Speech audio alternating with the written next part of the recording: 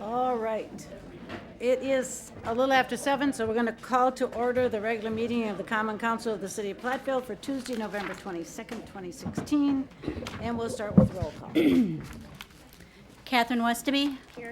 Barbara Doss. Here. Don Francis. Here. Tom Knoll. Here. Ken Killian. Here. Eileen Nichols. Here. And Amy Seaboth Wilson. Here. All right, the first item this evening is a public hearing regarding the 2017 budget proposal. We will start with staff presentation.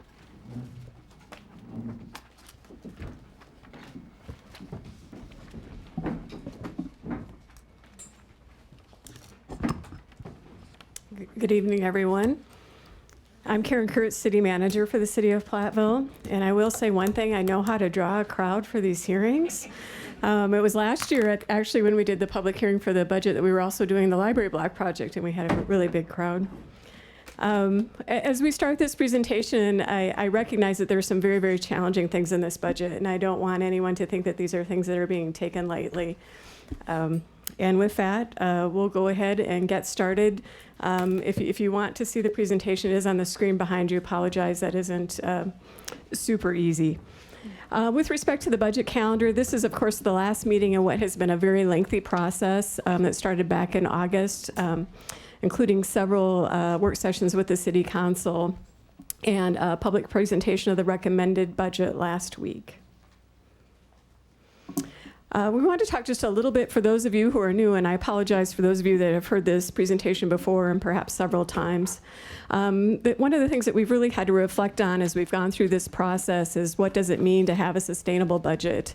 And there are a couple of different lenses through which you can approach that topic. One being through the eyes of a bond rater. Those are the folks that evaluate us for the purposes of debt issuance. And if the bond raters are looking at us, they're looking at us in terms of our financial policies. They're looking to see that we're not unduly burdened by debt and that we have a reasonable path to pay off our debt, that there's enough incoming revenue to cover outgoing expenses, that there's good predictability in the city's ability to capture revenue, i.e. they look at the local economy and the strength of that economy, and that the city has sufficient cash reserves.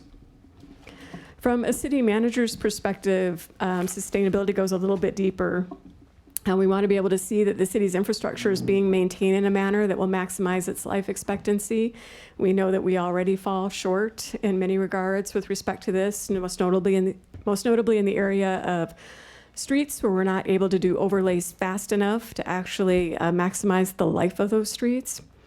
We want to see the ongoing funding exists for the predictable replacement of equipment and the repair of buildings.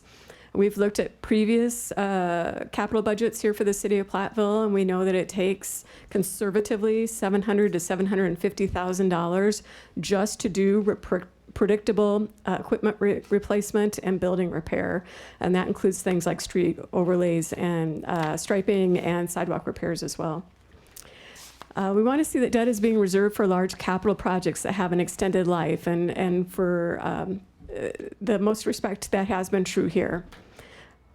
We also want to see that contingency funds exist within the budget for unexpected expenses and opportunities. This is one area where we're notably different than our peers, where we have not had significant contingency funds or really any contingency funds for a few years when we look back past over the last 5 years or so. And then lastly, we'd like to be able to see that the city's paying a market competitive wage and that we're known as a good and stable employer. And again, we're starting to see some tensions in this area. We had to do 2 police recruitments, I think, to get 4 candidates. And when we were going back and looking at our market data, we could see that we actually have the lowest starting wage of any of our peer communities that we benchmarked, and also that it takes our police officers longer to reach the top rate.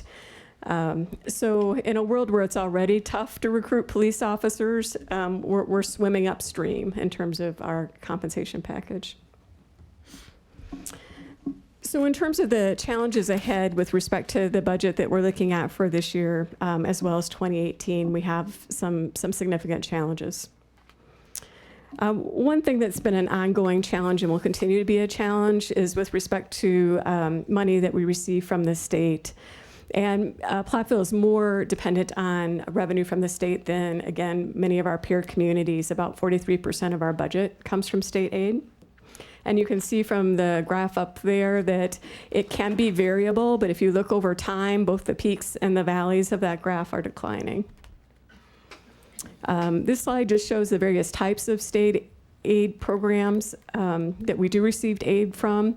And this year you can see that from the difference between 2016 and 2017 was a decrease of close to $30,000. And we actually just got estimates in with respect to the municipal services payment, and that could add an additional deficit of another $14,000. The other area in which we're seeing a significant challenge has to do with our debt schedule. And the chart on this screen before you shows our debt payments looking at 2017 out until looks like 2033. And you can see that our debt payments are going to increase until about 2021, and then they'll level off before we do have a point in 2024 where we see a little significant relief. And so that means even if we are adding no new debt, our debt payments are going to be increasing. We have some backloaded debt, which means that those payments are going up over time, and that's going to present a significant challenge for us.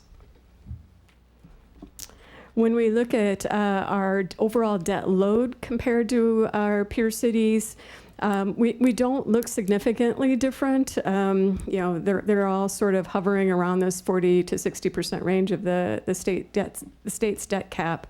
But again, it's how that debt is structured that's going to pose a particular challenge for us.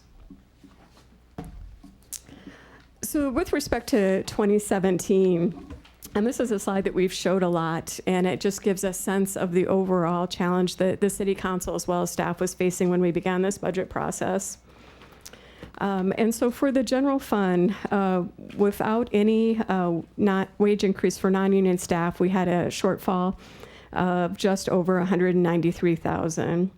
And that didn't include money for CIP, equipment, or contingency.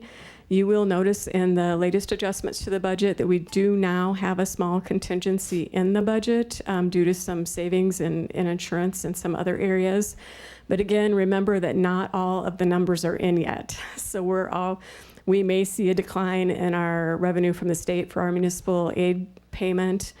We also don't have all of our property insurance numbers in yet as well. So these numbers, as they are when we have to finalize our budget every year, are a little bit in flux still. So with respect to that shortfall, the primary drivers, by far the most significant primary driver was, again, an increase in the debt service, which was an increase of just over $200,000. We also had the partial payment coming online for the ambulance, and that was close to $20,000.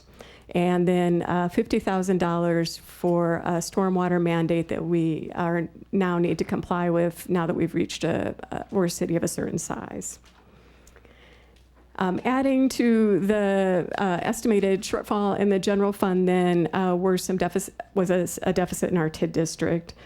So when you look at TID district number 4, which is the old industrial park, that district does have a deficit of about $25,000 when you look at revenue and projected expenses for 2017. However, there's a fund balance, so that district will not impact the city's overall finances. District number 5, which is the Walmart Menards area, has a significant positive fund balance, which is good news. To district number 6, which is the new industrial park area out towards the hospital and by Ubersox. There we are seeing that our projected expenses will exceed revenues by about $160,000. And because of that, the general fund will have to step in and cover that. And so then that becomes an additional expense that the city is facing this year. And then TID 7, which is the downtown area, is also showing a deficit, but because TID 5 is a donor to TID 7, we'll be able to use the surplus in TID 5 to cover that. Unfortunately, due to the state laws governing TID districts, we aren't able to use the excess revenues from TID 5 to cover the deficit in TID 6. So if this were a one-year situation, we might address it one way, but again, because of the budget, the debt service projections that you saw on the earlier slide, we know that this is going to be a multiple year scenario for us. And so we went ahead and did some projections for 2018 as well. And you can see that we'll have an additional $60,000 coming online in terms of debt service. And that's assuming that we don't borrow anything this year, which we are planning to do. We'll have an additional $97,000 for now completing the full ambulance payment. And this is assuming, again, no wage increases, funding for the capital improvement plan, equipment or contingency, and that all of our revenues stay the same. And again, we are projecting a significant deficit in TID 6 of about $250,000. And we know that's a pretty solid number because we'd have to be seeing development this year for us to be collecting taxes on it in 2018.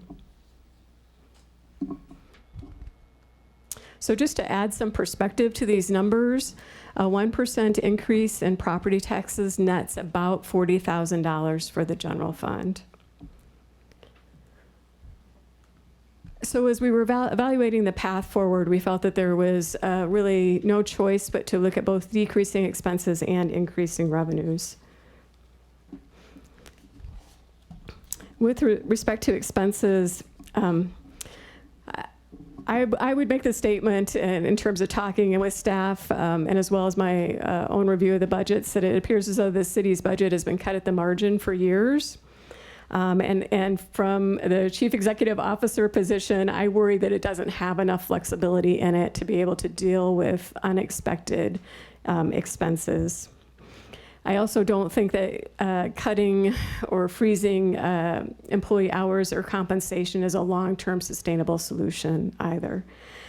So to address the budget in a sustainable manner, I think we need to look fundamentally at the services that we provide.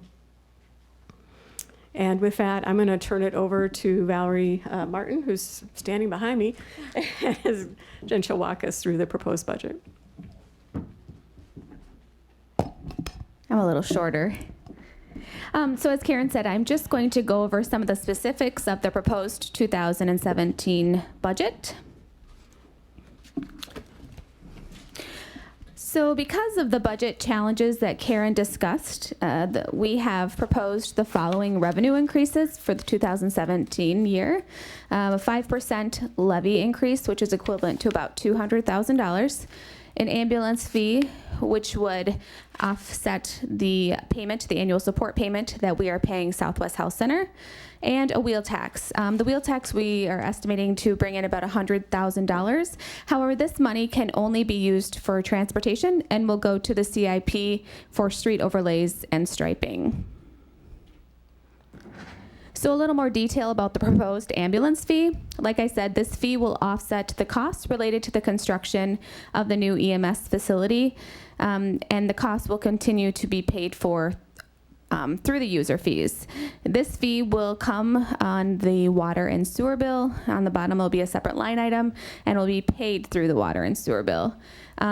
The proposed, actually it's on for action tonight, but the proposed allocation, as you can see, is for commercial, industrial, multifamily, and public authority customers, $10 a month, and then the remainder of that fee divided by the total number of residential customers in the water and that have water and sewer bills. That will be, the rest of it will be divided among those customers. Right now, our estimate for 2017 is $1.64 a month. The wheel tax. So we are proposing, actually it's been passed, a $20 wheel tax per vehicle per year. It's also called a motor vehicle registration fee. This will be assessed only on vehicles registered within the city of Platteville limits. Vehicles are automobiles or motor trucks under 8,000 pounds gross weight. Residents will see this fee. It will come from the DOT on the annual registration notice that you get, and it will be paid through that. And then the wheel tax funds as I mentioned before, are to be used for transportation purposes only.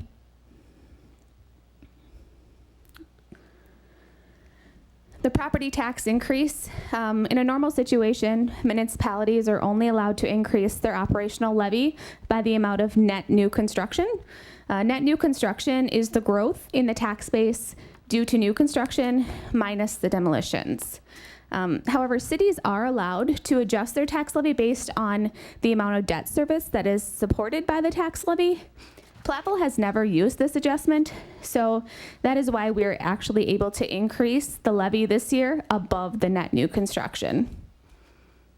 And with the growth in valuation, the net property tax increase will be 3.5% for 2017. This is just a breakdown of our revenue by source. As Karen mentioned, we are heavily reliant on intergovernmental revenues from the state, and as she also mentioned, they are just continuing to stay stagnant or decrease yearly. Our second biggest source of revenue is property taxes, and the rest of the breakdown is there. So we did propose some new revenues, but we also are proposing some expense reductions. For 2017, we are proposing that the city council did not get a salary, and so that's a savings of $15,000.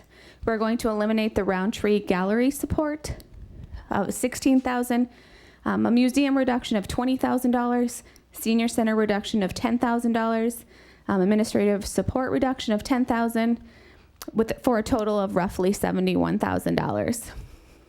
Additionally, for 2018, we are proposing a museum reduction of $105,000, a senior center reduction of $30,000, and a public works reduction for $50,000. However, I must just say we can only take action on what is going to happen in 2017, but this is just the plan as we see challenges ahead in 2018 as well. A little bit about the city employees. The city currently employs 88 permanent, full-time, and part-time employees.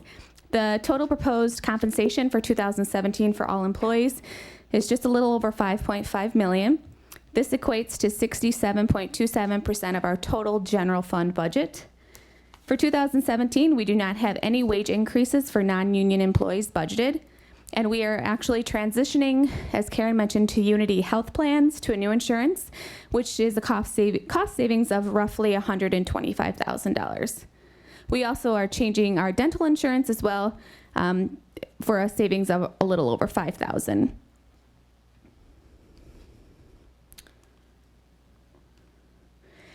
Just like the revenues, here's a breakdown of our expenses by source for 2017.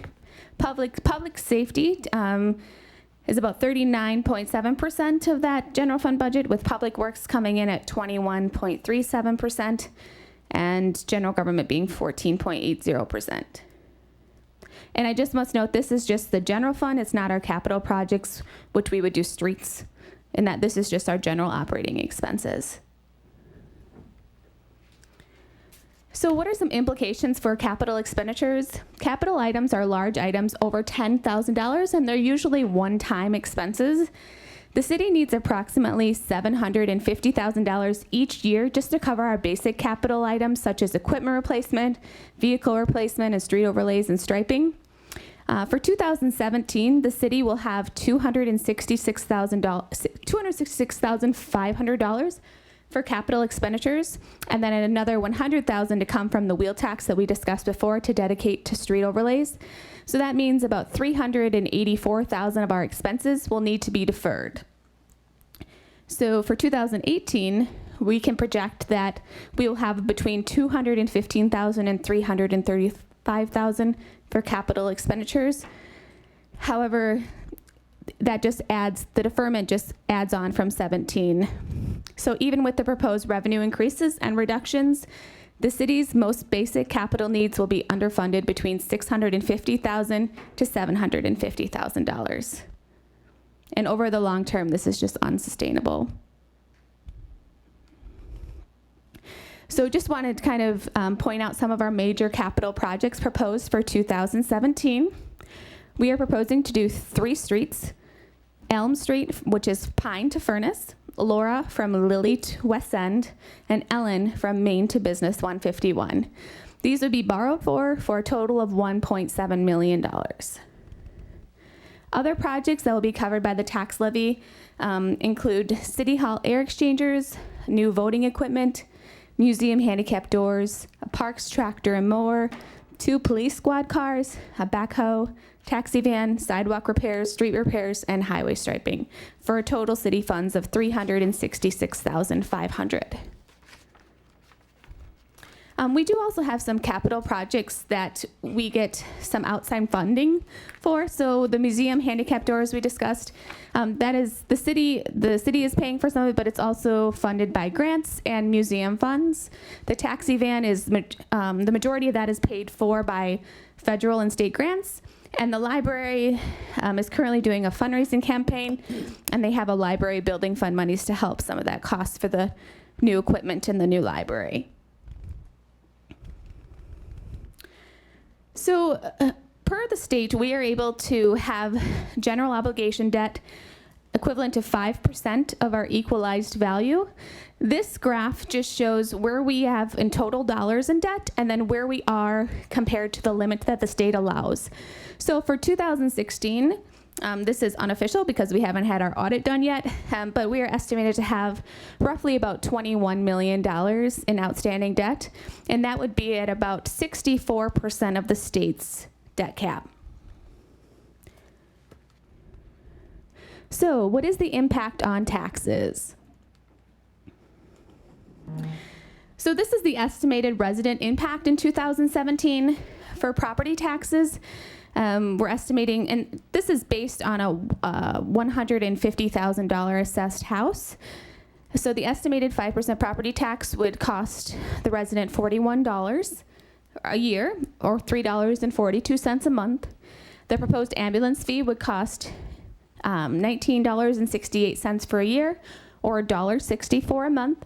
The motor vehicle registration fee would cost $20 a year, or $1.66 a month, and this is assuming that you have one vehicle, because it's $20 a vehicle, for a total of $80.68 a year, or $6.72 a month. And this slide is just kind of using it as comparison to see where we were back in the 2008 budget year compared to the 2017 budget year. I just like, even with the 5% levy increase that we are proposing, the city still, as you can see, has not increased their taxes more than some of our other taxing jurisdictions. So we, from 2008 to 2017, we have increased our taxes 18.24%, or excuse me, our levy. And like the school, for an example, would have increased almost 25%.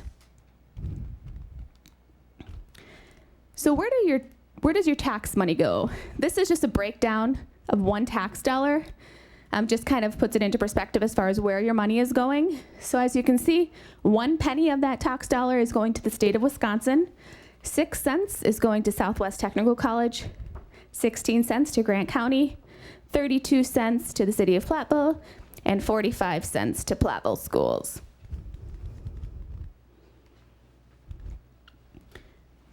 So here's just a comparison of the equalized tax rate among some of our comparable cities that Karen discussed before.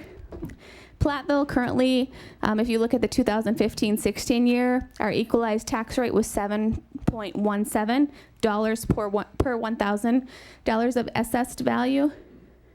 Actually, that's per $1,000 of equalized value. And so compared to some of our benchmark cities, we kind of fall within the middle of the pack. So moving forward, the city is committing to doing a long-range financial plan just to help us kind of get a good grasp on what we have in front of, the challenges we have in front of us, and how we want to move forward and achieve that sustainability that Karen discussed. And then we're also preparing a budget document that reflects the Government Finance Officers Association best practices, which just helps people understand the budget a little better, and it just puts things, it's a better narrative and puts a better picture out for everyone to understand what is really going on at the city, and just gives more detail. And that is the end of the presentation. Thank you. The next item on the public hearing is public statements in favor. And I have a number of people who have registered in favor in support of the senior center. So I'm going to read the names of the individuals who registered but did not ask to speak. So they've registered in favor of support of the senior center. Linda Appenzeller, Leona Huggins, Judy Pierce, Robert Pierce, Carol Bruger, Rose Kuhn, David Burkholder, Pauline Gerhardt, Carolyn Sherrill, and Kent Sherrill. In addition to those individuals who have registered in favor of support for the senior center budget, we have some folks who have asked to speak actually against the senior center budget cuts. And let me just make sure that I've got everybody who's asked to speak in favor or registered in favor.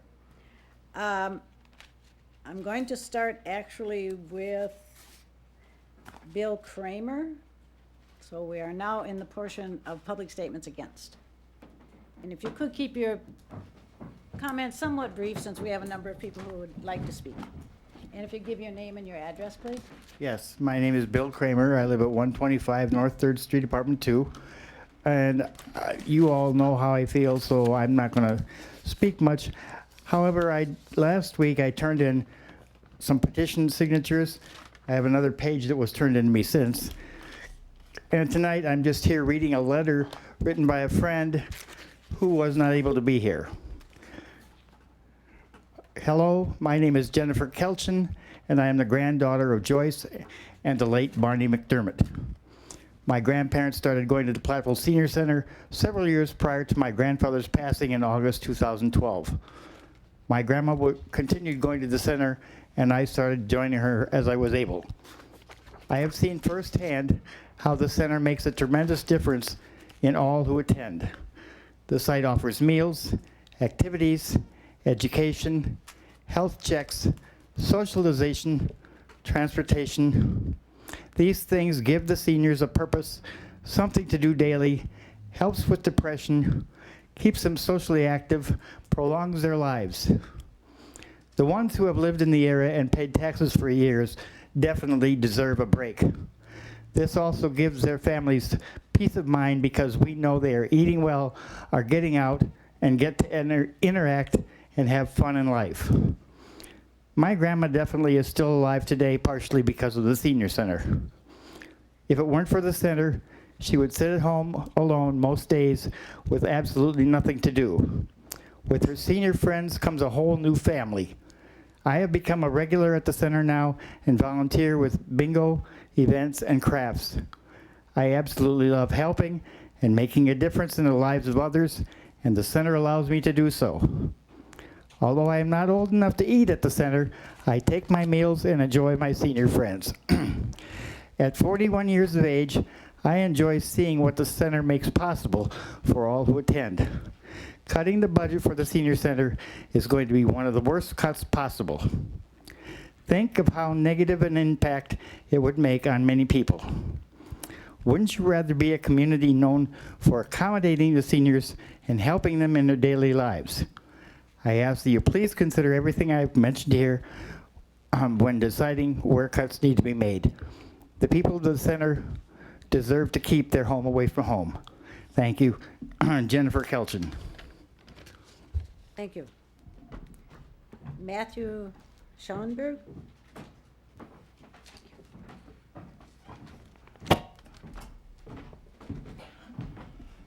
Good evening and thank you.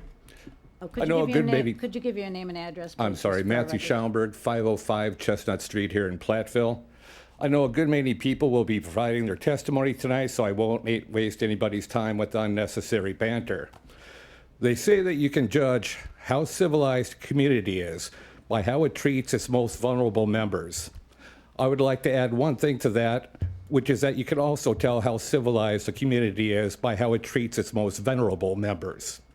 The proposed cuts to the budget of the Platteville Senior Center which reflect a fraction of a percent of our community's annual budget, are not only unnecessary, but are also cruel in its disconcern of our senior citizens who made this community what it is over the course of the many years they have spent and devoted to our town.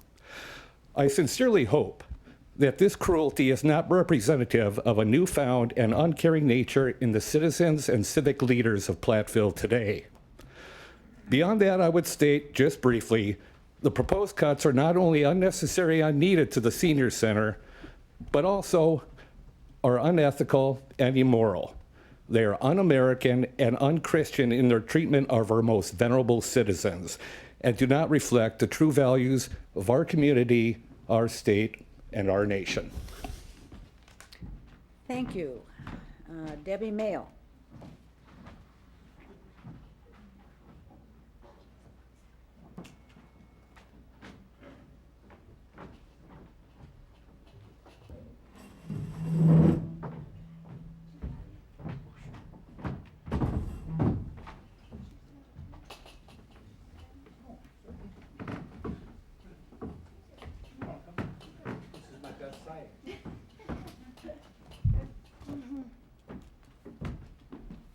Hi, I'm Debbie Mayo, and I just dropped everything. And I reside at 375 South Chestnut Street, and I'm a senior citizen center that loves the senior center. Anyway, I went through the budget, and let me tell you, you guys have a big challenge, I'm telling you. But I have some suggestions that may help, because I feel the $10,000 cut really can be restored. And I found some ways in which, if this council will consider, maybe we can restore the 10,000. And one of them is, for example, we have a, I'm sorry, you're going to have to stand by the microphone so we can record it. okay. So we have a $65,000 in legal fees that we pay our attorney. I know it's important. I'm sure we're doing a lot of litigation, or we're doing whatever we're doing. But anyway, that's a possibility in that area of $65,000 that we could possibly cut maybe $100 out of that. Maybe we could cut $50 out of that. I don't know. But you know what, ladies and gentlemen, that is an unknown, but you know what? We need to think about it. What can we do? The second thing, if you look at my list that I have there, is that in the city budget, you have what's called the Sunshine Fund. And what is the Sunshine Fund? Well, Sunshine Fund is where it's $2,500, and cards and flowers are sent out to our employees if they get sick or if they get married or something like that. And it's $2,500.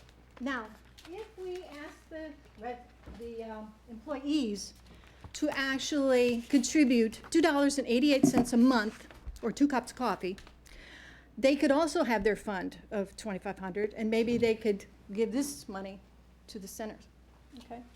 Also, in addition to that, we have the building inspector's budget.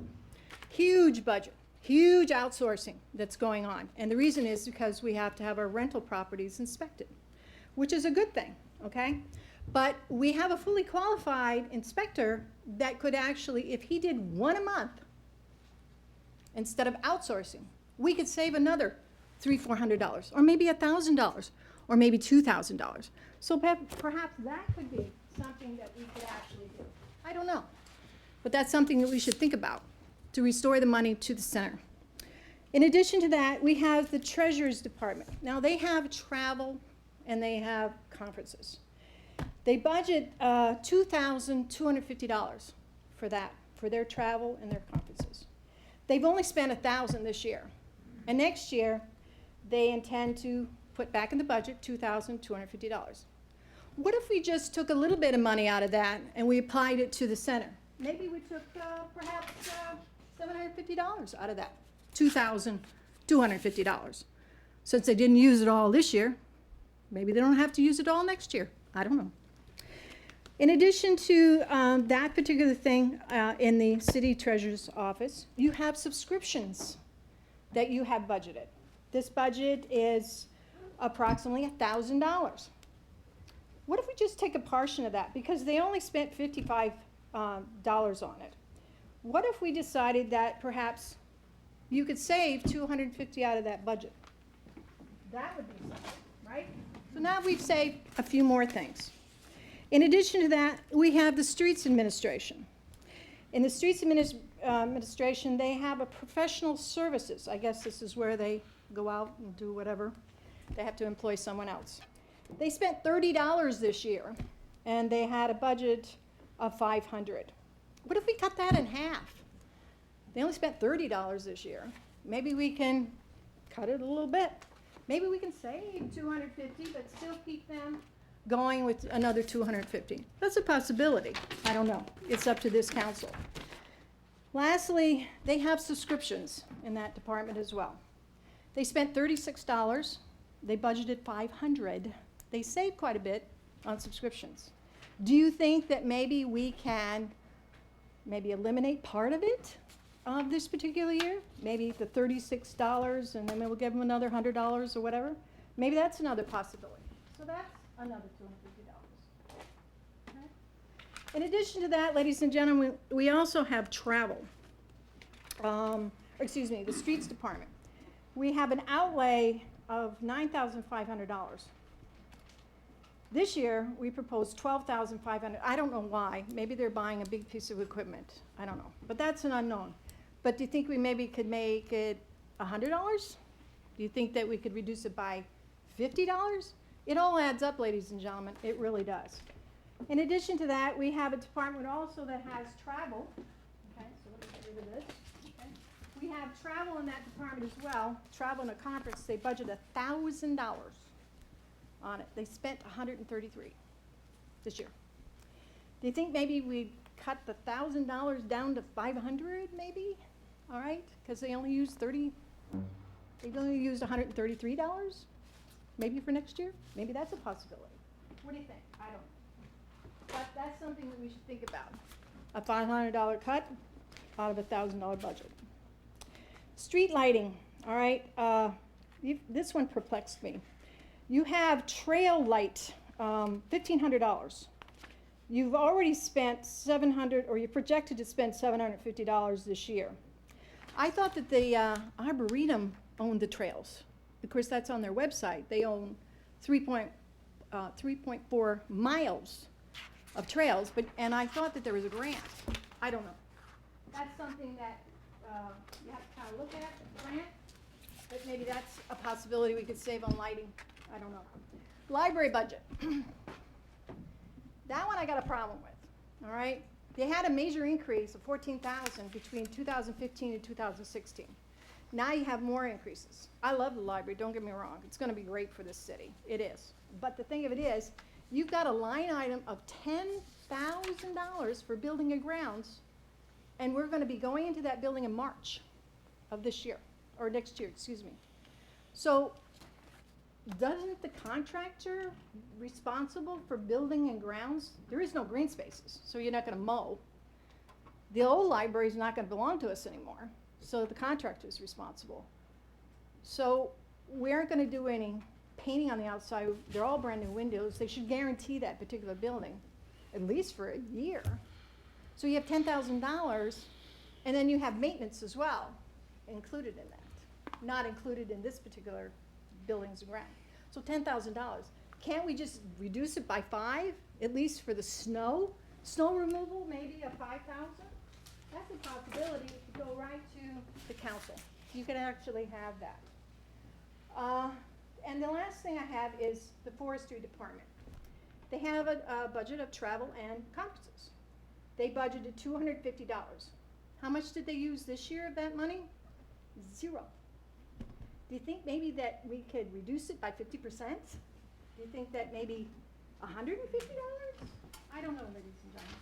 But you know what? At the end of this, how much savings we've got going on here is, if I can get this off. Okay. Thank you. Okay, total savings, ladies and gentlemen, we have is $9,650. You're $350 short, okay, that you can return the monies to the center without touching really any of these budgets, without hurting any one of these particular departments, if you just kind of look at it in that respect. So 9,650. Well, where could you get? Well, I have a suggestion. How about the lawyer fee? Can he kick in $100 off of his budget instead of 55,000? Can maybe we reduce it by 500 or reduce it by 100? What do you think? I mean, $55,000. We haven't even spent that this year. We spent $38,888 plus special counsel of $6,400 and some odd dollars. Okay? So that's a possibility. Also, a building inspector. If he does one rental, 12 a year, that will reduce our cost of outsourcing. That will get us more than the $350. That'll save us around $3,000. Okay? Last but not least is our street department. There's a possibility that we could also reduce their outlay. They have $12,000 outlay. Could we reduce it by $50? $25? $10? Something. Can we do $350 out of this? Last but not least, ladies and gentlemen, 2018. I've been on the phone for days with Ron Kine's office, Howard Markland's office, you name it, I've called it. And I have found, and that's in your packet, grants that we can get for the Senior Citizen Center. There's grants out there that we can look at in 2018. We can't do it for 2017 because a lot of them, it's going to take a while. But anyway, ladies and gentlemen, we can maybe take an eye on that 30,000. All right, I thank you. I hope you would consider it. I did a lot of work on it. I think that it's not going to hurt this budget if you consider returning at least $9,650 to the Senior Center Center. Thank you. Thank you. Next person who's asked to speak is Lynn Berger.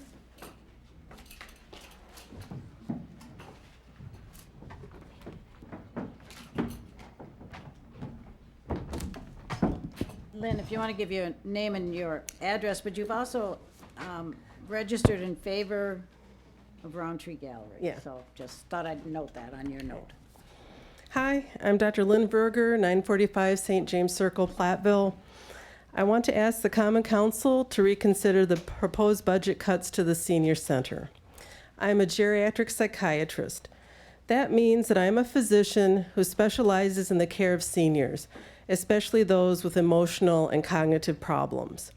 As a geriatric psychiatrist, I know the value of a senior center to our aging population.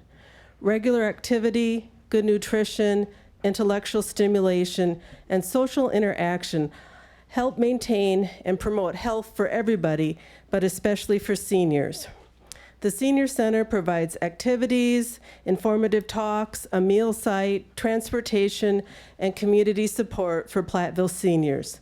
This is a vital service that the city provides to our ever-growing population of seniors in Platteville. I implore you to fully fund the Senior Center in 2017 and in future years. Thank you. Thank you. David Ralph?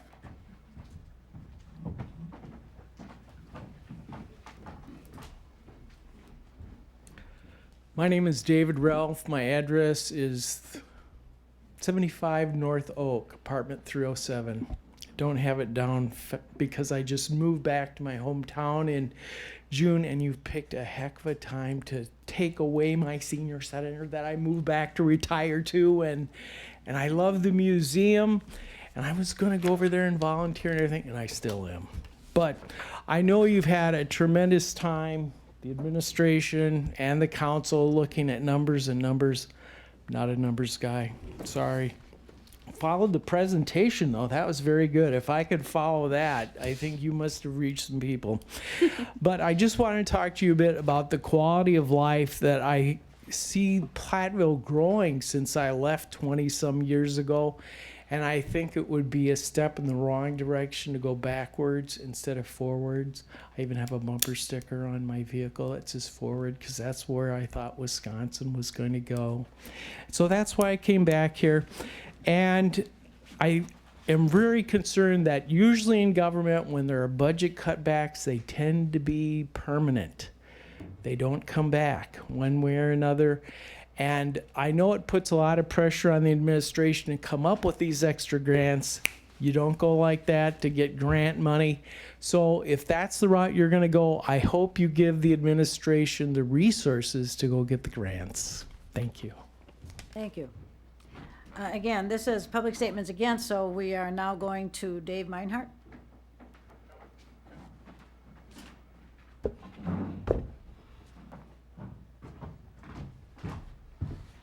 Hi, my name is Dave Meinhardt, 340 South Hickory Street here in Platteville. I'm actually against the budget for as it stands. I guess that's how it's. And first of all, I'd like to thank all of you and Karen. How many times have you given this presentation? I don't know, about 300 or 400 times.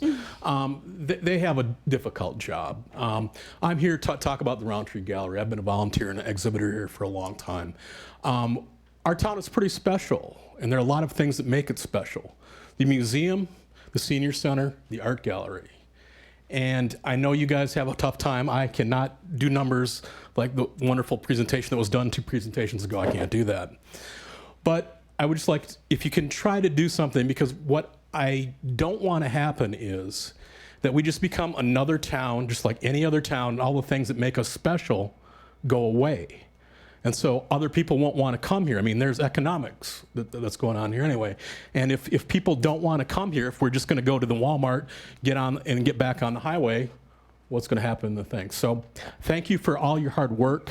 And if there's any way that we can, the other thing that some people may not know is that that $16,000 cut to the Roundtree Gallery budget is the entire budget.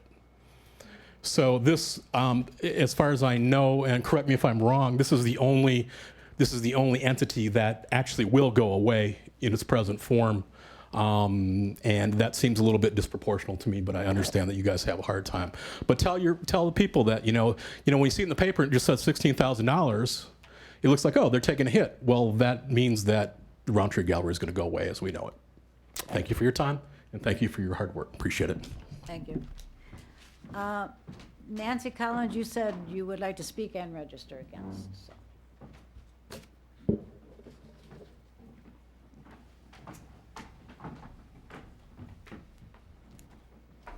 I'm Nancy Collins. I live at 1120 Eastman Street. I'd actually like to read a statement as a board member of Roundtree Gallery. So this is not personal. This is a statement prepared for them. Roundtree Gallery is obviously dismayed at the council's proposal to totally cut funding for the gallery. We have kept to a minimalist budget for our entire existence. We do understand the significance of the financial crisis faced by the city, and we appreciate that the proposed cuts are not personal, and they're not a move against the arts in Platteville. But we do wish to remind you of the economic impact of reducing funding for the arts and for culture in our community. This will only encourage visitors to stay on the highway, to drive right on by and possibly go to Dubuque or to Mineral Point. It is the gallery's intent to continue a presence here in Platteville if at all possible. Again, this is our entire budget. We will have zero money for directors and staff. We hope that it's possible that the city will work with us to continue in our existing space for the next season and until we have a firm plan for a new location, if possible. This would allow us to make plans for our next season, which normally is happening during the winter time because we open on beginning of April. We also are going to be looking at seeking grant funding and fundraising for the future of the gallery. So, thank you. Thank you. Bill Van Diest.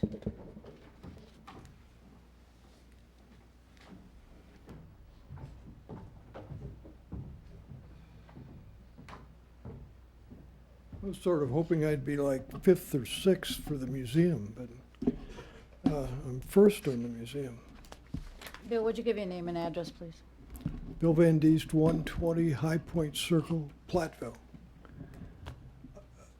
The city had 2 referenda. One was for the mining museum and one was for to take the Rollo Jameson collection. And the museum has been a city operation. The Jameson collection is in trust, and the city signed an agreement back in 1980 and the city is the beneficiary of the trust agreement.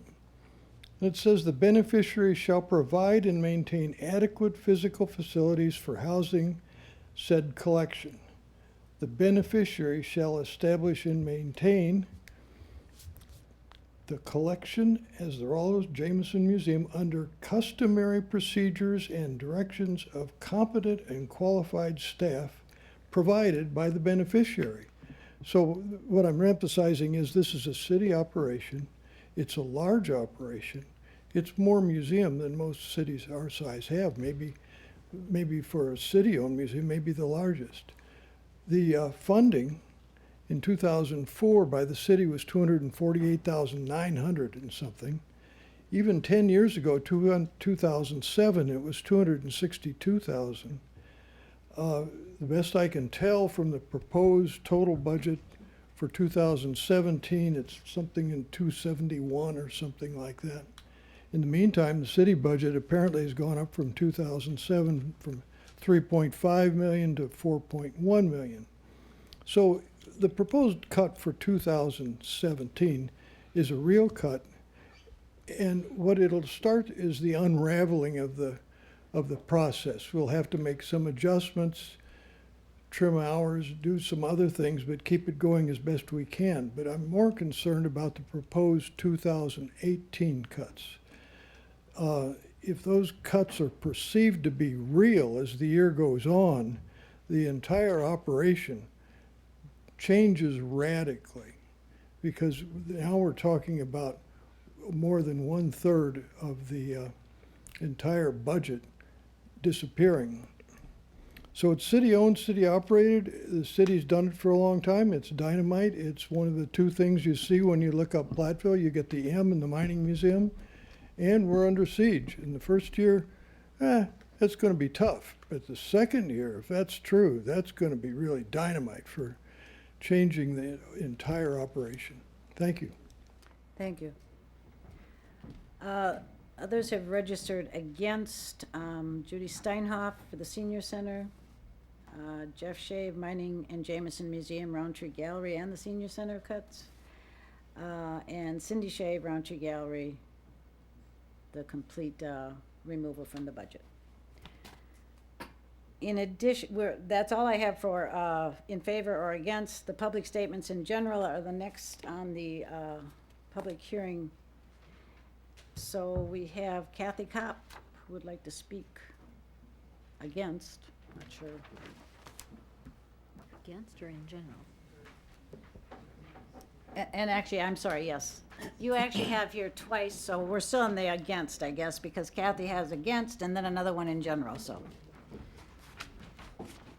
Thank you, Eileen. I'm Kathy Kopp, and I did fill out 2 papers because I have some comments against the budget, and then I'm going to step back in my role as the Chamber Director, Tourism Entity Director, just some comments in general. I'd like to do my personal comments first. As a taxpayer, I am not here representing the Chamber. In my opinion, this has been a very stressful process. And I applaud the efforts. This is a very, very difficult situation. I've heard the presentation a number of times.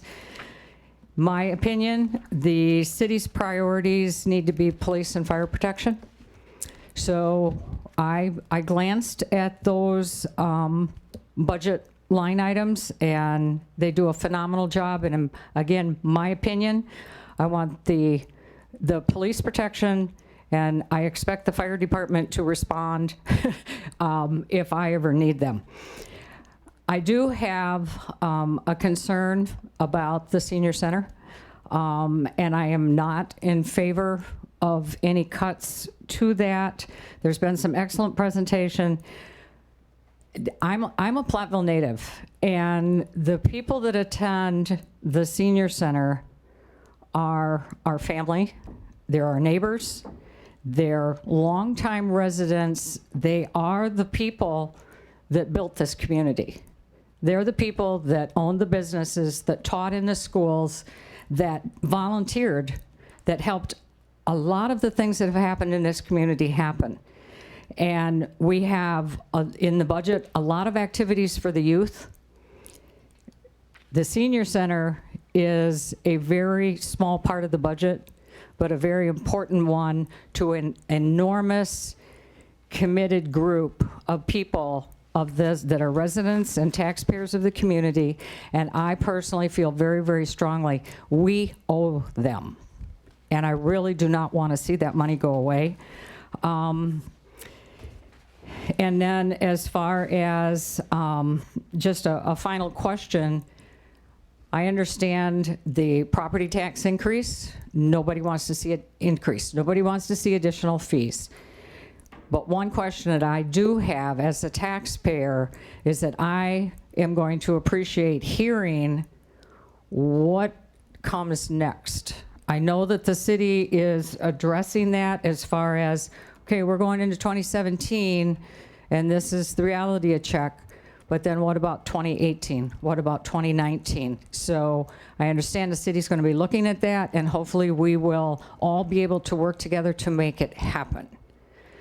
And then I want to step back, and now I'm putting my chamber hat on. Okay, so you're doing a public statement in general. This is for public statement in general. All right. Absolutely. First of all, I would like to express sincere appreciation to the city administration and the city council for the continued commitment for economic development through the line items for Platteville Area Industrial Development Corporation, Grant County Economic Development Corporation, and the Platteville Business Incubator. Tremendous, tremendous pieces that are so important to keep the economy going in Platteville. So thank you for holding the line on that. From a tourism perspective, we are the tourism entity and have been since day one and since 1995. The potential loss of Roundtree Gallery is significant. It's kind of odd. I actually had a radio interview today. I do one show a month with a radio station in Milwaukee called WTMJ. Every month I go online, they call me and I have a 6 to 7 minute interview. All he wanted to talk about today was the arts in Platteville. I hear you have some phenomenal things. He's looking at our website, so here I am. I'm not prepared totally for what he's talking about, but you have a gallery on the campus. You have the Center for the Arts at the university. You have a community theater. You have Roundtree Gallery. You have the museum. Yes, we do. Yes, we do. And he says, well, that has to add a tremendous value as far as quality of life and economic development to the community. And I totally agreed. A concern I have with looking ahead at the museum. The museum is a gem. And I serve on the JMA board.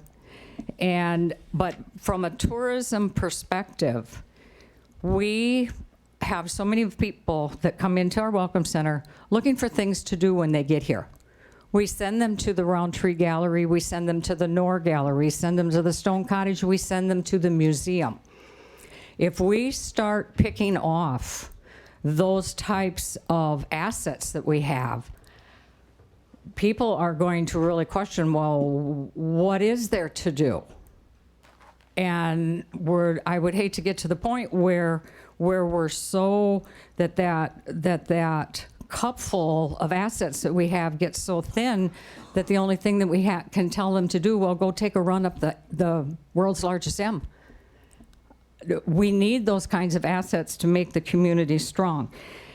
One of the components that we have as the tourism entity is that we are an organization, the way the structure works.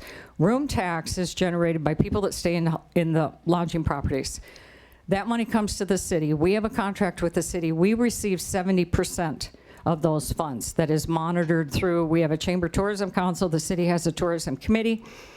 We run a really tight ship with the money that comes to us. The city retains 28% of that. And in 2016, that amount that came back to the city was around $33,000. And that comes into the general fund for the city.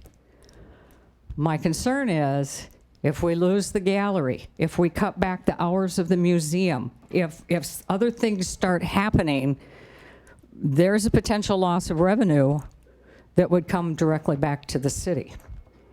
So it's not always a guarantee that we've been very fortunate. We're on an upswing for that revenue to come in, but that could cause a deficit for the city with that funding as well. And then as far as the museum specifically, with budget cuts, there's one of the things that is of value to visitors is not only with the gallery, with the events and the shows that they put on, but the museum puts on a phenomenal amount of events that draw people to our community. One event that I would be very concerned about if it ended up going away is our historic reenactment. That used to be a chamber event, and when we had to turn that over and became a community committee, the museum took a large part of the responsibility and added resources. The city commits $5,000 a year through the museum to the reenactment. If that infrastructure gets upset, we have the potential for losing an annual event that in 2017, we're celebrating our 20th anniversary. So we're rolled all up in one. I just wanted to share these comments as far as from a tourism perspective and as a community with quality of life things that we have.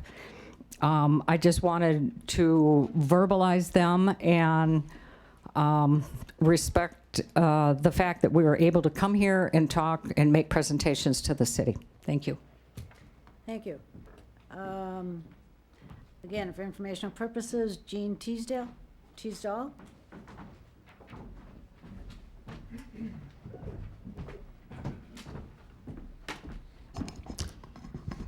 I'm tall.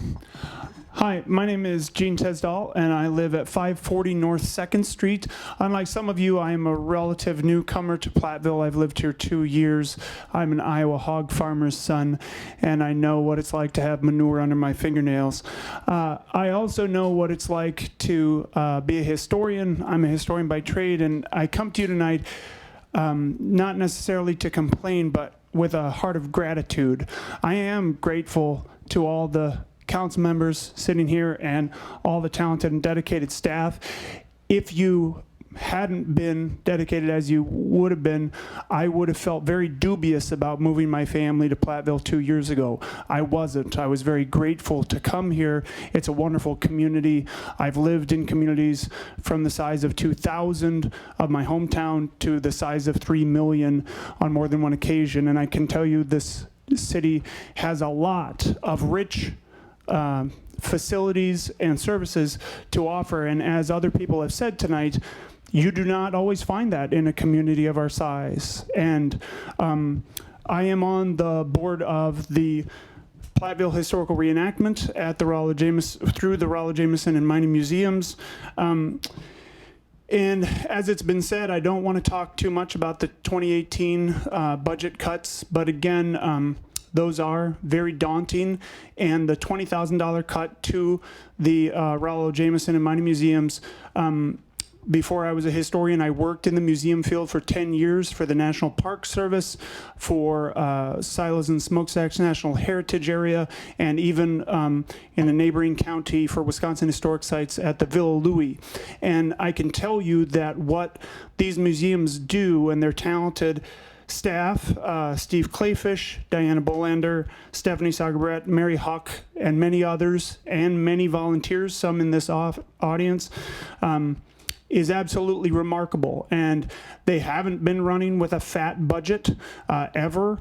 And the cuts, even this $20,000, will absolutely stunt what the museum is able to do. So we really have to consider, I don't have answers to this, but absolutely consider if you want this museum in this town. I suggest that you do. you could save a lot of money by keeping the roofs only on those buildings and boarding up the mine. That would be a mistake. Again, I said I wouldn't talk too much about 2018, but the $100,000 will essentially force Stephanie Sagaburet and Mary Huck into retirement. And if that happens, just note, like so many institutions, many of us are undergoing budget cuts these days. If we lose that, the ability for the rest of the staff, especially Director Diana Bolander, even though she is very talented and dedicated, her ability to do anything will be absolutely hobbled. And again, it will be very dire for the entire community. So I understand there's only so much blood you can get out of a turnip. There's no good solve to this whole thing. And I appreciate your calm heads at this time. So thank you very much. Thank you. Those are all the people that have asked to speak or have registered, so it is now time for council discussion. Although I will note that we have had some letters also. I guess I should, Mr. Ralph, we have the letter from you. Tracy Roberts has written a letter to the council members, and also Heidi Macbeth. And Heidi Macbeth in favor of the Rollo Jameson and Mining Museums in the Roundtree Gallery. Tracy in favor of the museum, and Mr. Ralph in favor of the Rollo Jameson also. So, time for council discussion on the proposed budget.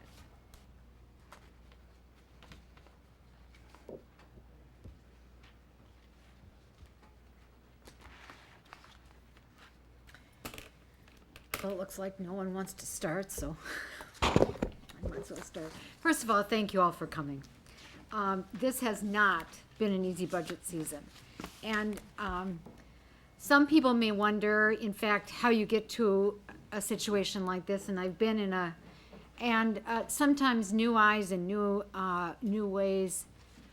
You know, I feel bad that we have backloaded debt. I don't know that was a question we knew about asking. Sometimes you rely on folks, and years later you find out that perhaps your reliance wasn't good. The first budget presentation I went to, when Karen made a presentation, there was an outcry that we would have such a big tax increase. Because every place I go, all I hear is taxes are too high in Platteville. And so I think this council has tried to balance, as Karen has said, ways to decrease the budget while also finding revenue increases. In fact, I've seen criticism even today that the council didn't go far enough in looking to reduce expenses. I think everybody here, at least the people who have spoken on behalf of the museum, know about our personal support of the museum. I think people here who have spoken on behalf of the gallery know of our personal support of those institutions. So these are not things that come easy for me or my household. Senior Center. This is not something that comes easy for me. Lynn, I fully agree with everything you said. I fully agree. But in fact, we have to find a way to take care of each other. And sometimes that means we have to give more of ourselves. I visited a community that's one of our benchmark communities this weekend. The activities that we're talking about here are not supported at all in that city by any taxpayer dollars. But they're there, and not only are they there, they're big. So I think even though these are tremendous reductions, that this is also a tremendous opportunity for people to show how much they value these particular institutions by giving more of themselves, whether as a volunteer, whether as finding new ideas, whether as helping out in any other way. And that's my feeling. Other council members? Anybody have anything else they'd like to add? I think all of us, as same way as Barb described the situation, none of us took this easy. Discussions I've had with people have torn myself, because I totally think that each one of those things, the museum, the gallery, the senior center, are very important to all of us. It's how we can come up with the tax dollars or the money to help support that. I think all of us would like to do that. We have to look at a number of things. As was presented, there we can do some minor cuts, maybe in other areas. I will let you know that the things that were brought up could be done, maybe. I think as council members, we tend to not look at line item by line item by line item, because we leave that to our administration to take a look at. I think we need, as a community, to look at how we can work together to help our community get involved and support these different services. The council has looked at different things of what we can do, and many times we're just as in awe as all of you are about what we can do and what we have to cut. I would just like all of you to work with us and believe that we have the community as a whole. We're looking out for you as a whole. So work with us on this, and we'll be glad to do anything that we can to help. That's what I want to say, and thank you. I appreciate all of you coming out, because it means so much to us to have you speak to us and influence us and let us know what your thoughts are. Because if we don't have that, we really don't have a municipal, a government by the people and for the people. And thank you very much.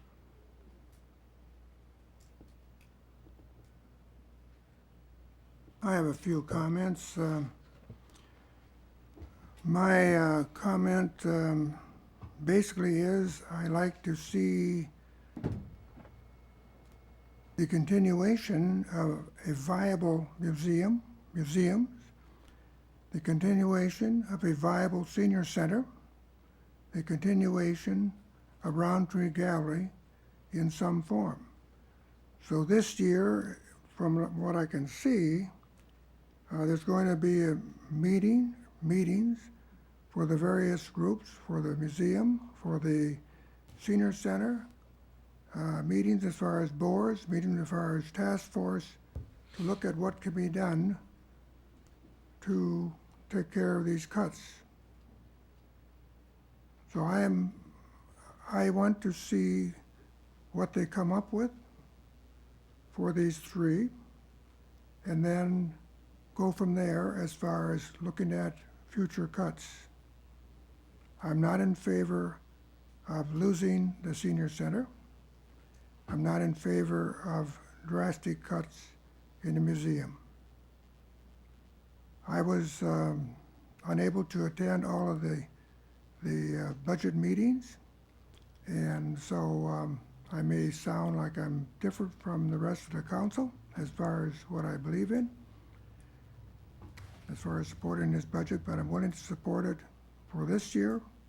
But next year, I want to see a thorough look at all these three things: museums, senior center, and Roundtree Gallery. Thank you. I'll just echo what the other council members have said. I wanted to particularly thank everybody who's here tonight, because everybody just took an entire evening out of their lives to sit here and talk about this. And I know that this night isn't the only time you've taken now to talk about this.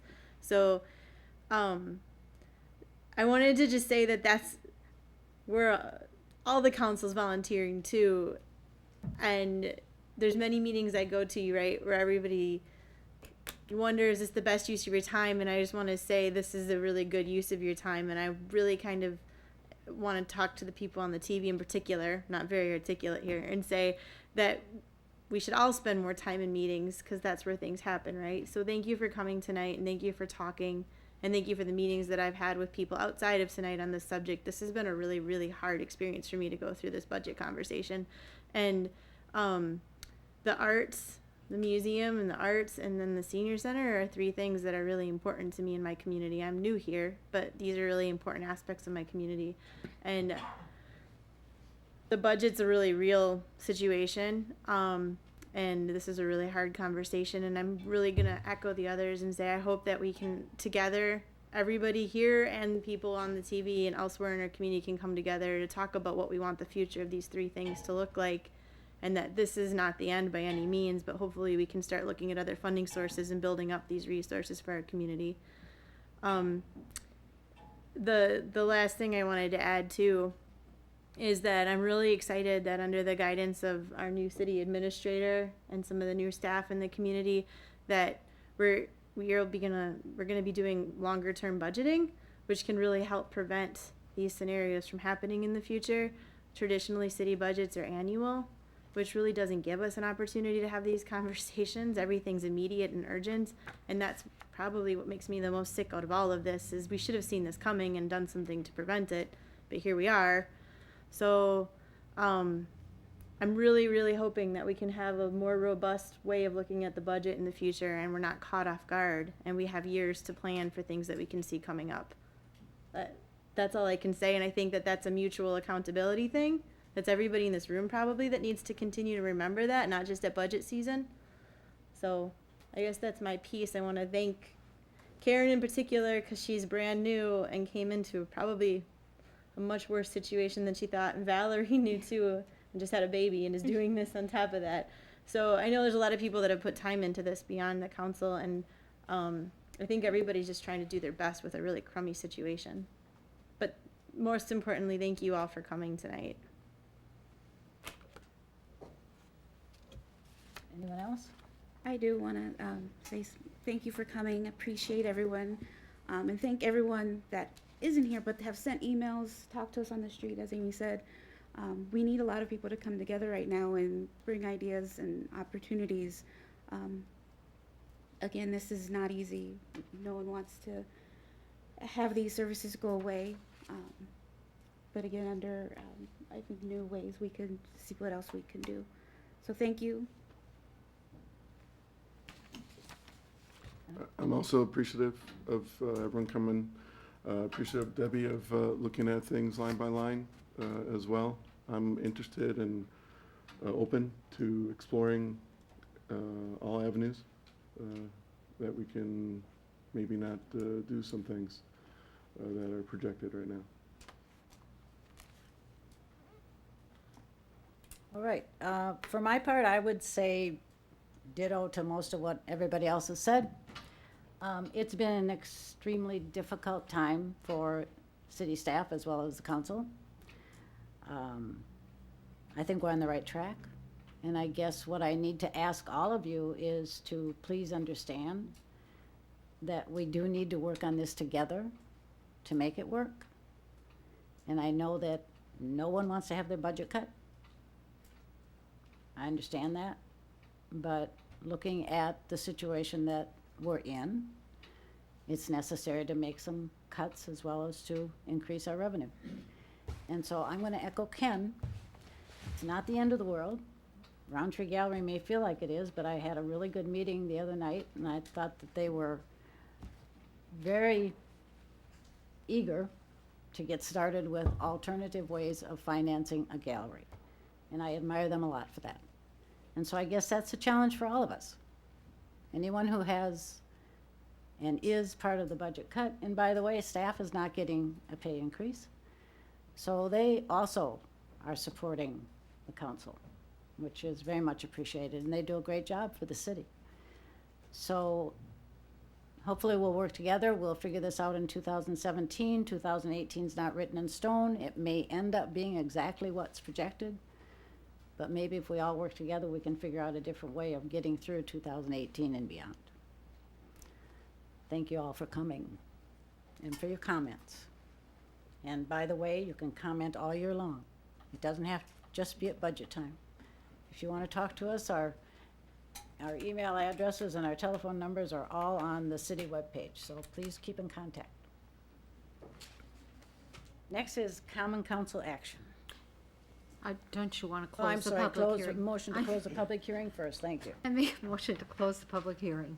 Is there a second? Second. We have a motion and a second, and we'll vote. Westerby, Yes. Doss, Yes. Francis, Yes. Knoll, Yes. Killian, Yes. Nichols, Yes. Seaboth Wilson, Yes. motion carries. Now common council action on the budget.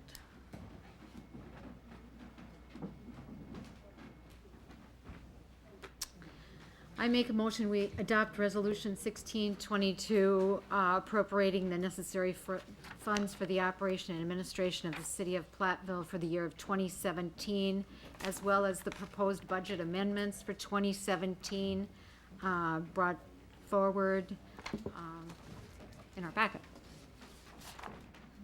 Is there a second? Second to the budget. We have a second? We'll vote. Westerby, Yes. Doss, Yes. Francis, Yes. Knoll, Yes. Killian, Yes. Nichols, Yes. Seaboth Wilson, Yes. motion carries. Again, thank you. Next item on the agenda is consideration of the consent calendar. The following items may be approved on a single motion and vote due to their routine nature or previous discussion. Please indicate to the council president if you would prefer separate discussion and action. First item is council minutes from the November 1st special meeting and November 8th regular meeting. B, payment of bills. C is appointments to boards and commissions, and I have 2 appointments this evening. One is Commission on Aging, a 3-year term ending 7/1/19, Deborah Mayo. And a Museum Board, a partial term ending 7/1/18, Herbert Reichelt. I'm sorry, I didn't hear that. What was that? Reichelt? I've got it here for you, Jan. so I Okay, can get thanks. you afterwards. Licenses, 1-year and 2-year operator licenses to sell and serve alcohol are in the packet, and Resolution 1623, authorized representative to file DNR applications, and I believe that's relative to the stormwater, lead service lines. lead service lines, I'm sorry, okay, thank you.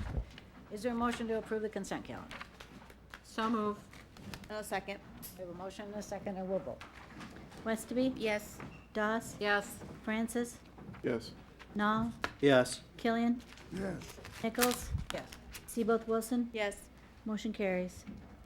Next is citizens' comments, observations, and petitions, and we have no more beyond the people that spoke already. Reports are in your packet. Plan Commission, Nichols or Knoll, I have nothing to add. Nothing to add.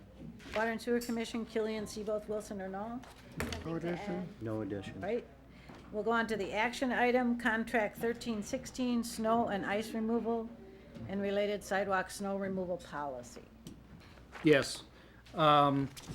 We have our contract that we put out for bids. And I have a copy of the proposed policies where, after a snow event, staff would go out and provide warnings as door hangers. The one comment from last time was regarding the work session that we had back in January. I need to say that I was incorrect in my assessment based on the work session notes.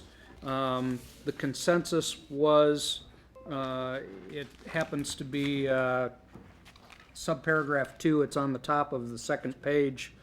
Weekend enforcement removal consensus that the contract shouldn't prohibit work on Sunday, but then I think there's a slight error. I think it should have read, but not require work on Sunday. That part was not included in this contract, so there are two options. We can forego it for this time. We have put notes in our contract documents so that it could be changed for next year if that's the way you want to go.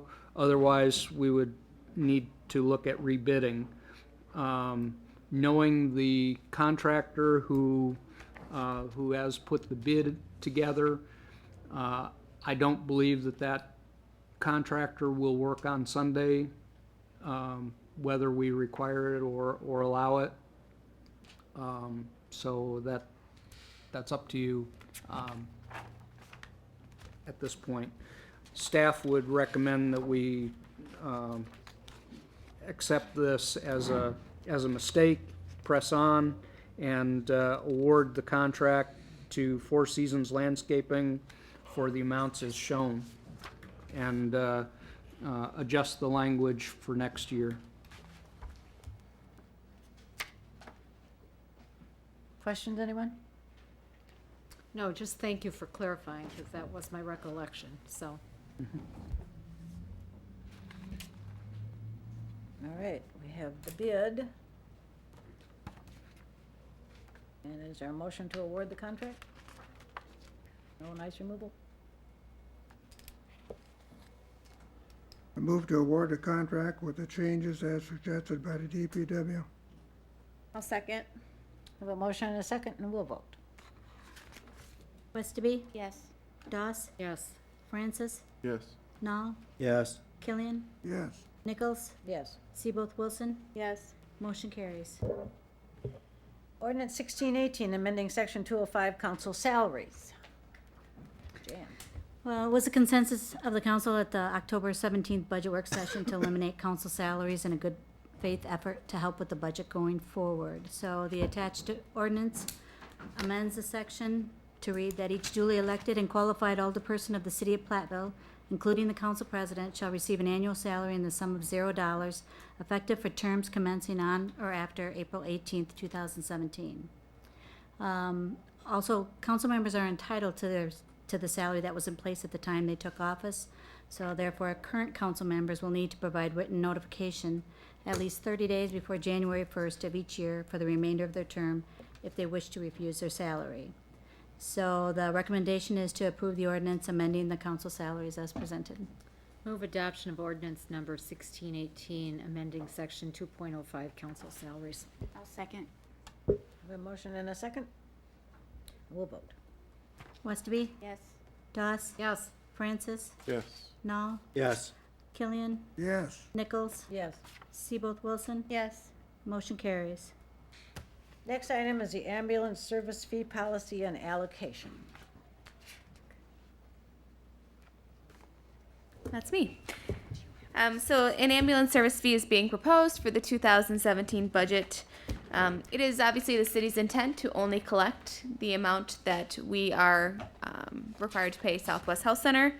And this support fee, as we've mentioned during the budget presentation, is to help offset capital expenses related to the construction of the new EMS facility. This fee will be billed on the monthly water and sewer invoice. It is not part of the water and sewer fee schedule, however, the bill will just be used as a delivery mechanism.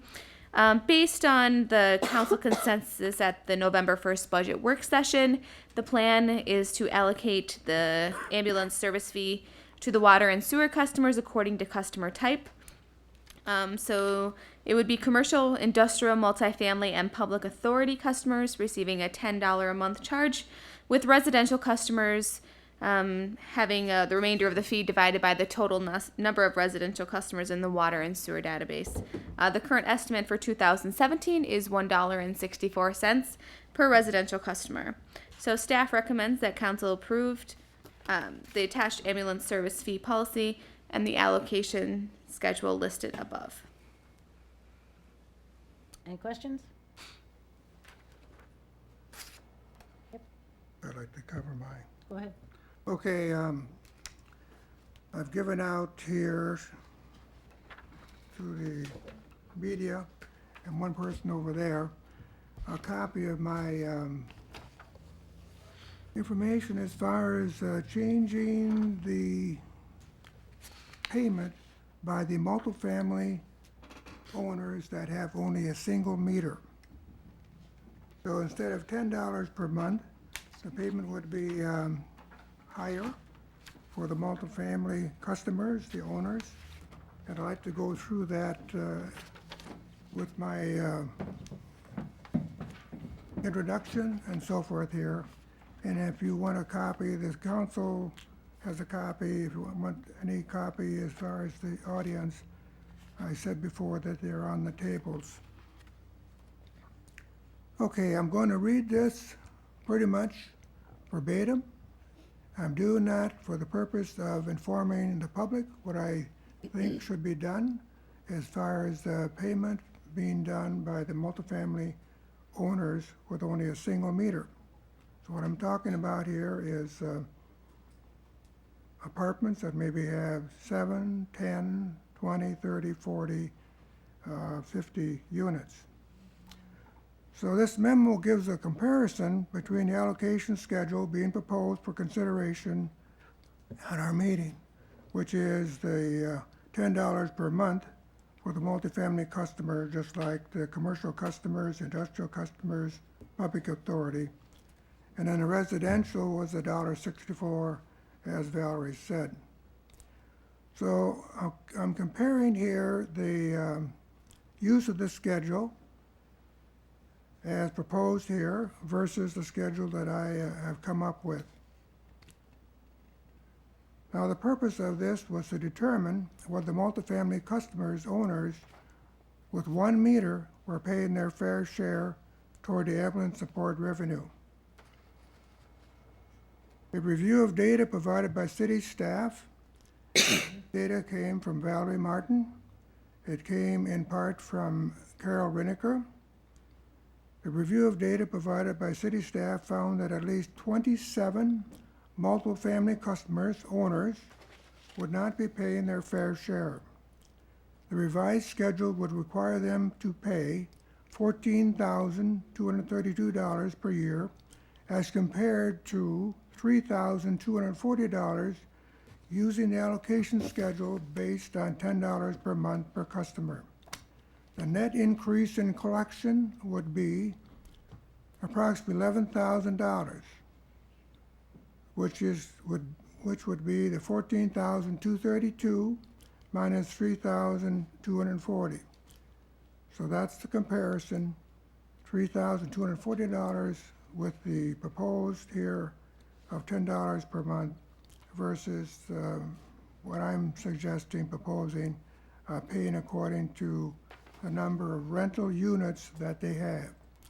When there's a single meter, there's only 1 meter for a number of units versus those owners of multifamily units that have 1 meter for every rental unit.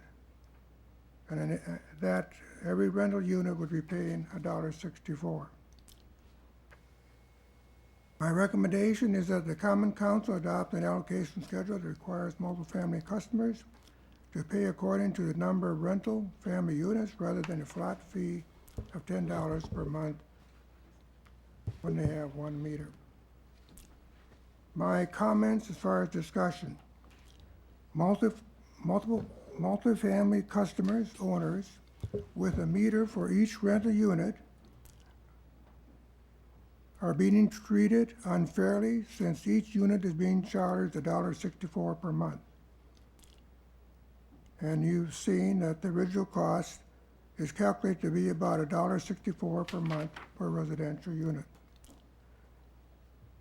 Multifamily customers, owners with a meter for each rental unit have a disadvantage in the rental market since the $1.64 fee would be a part of the fixed cost of each rental unit. For those multifamily customers with one meter, the total cost, as said before, is $10 per month for all units combined. Multifamily customers with a meter to each rental unit are being listed as residential. The net increase in collection, approximately $10,000 to $11,000, would serve to decrease the cost for the residential customers. In other words, make it less than $1.64 per month. Next item, the annual support revenue will be given to Southwest Health until the end of 2034, or 18 years. The loss of $10,000 or more per year would mean an unfair burden of at least $180,000 being placed on the residential customers. The burden could be even greater since the annual support fee to Southwest Health could be increased to beyond $150,000 per year in the later years of the contract. So this is my comparison, and I again want to thank the staff for help on this as far as providing data, and the city manager for reviewing my draft comments. Are there any questions? Questions, anyone? I have a question, Ken. On your table, list of master meters with greater than 6 units and estimated service fee. So there's one. Table 1? Table 1.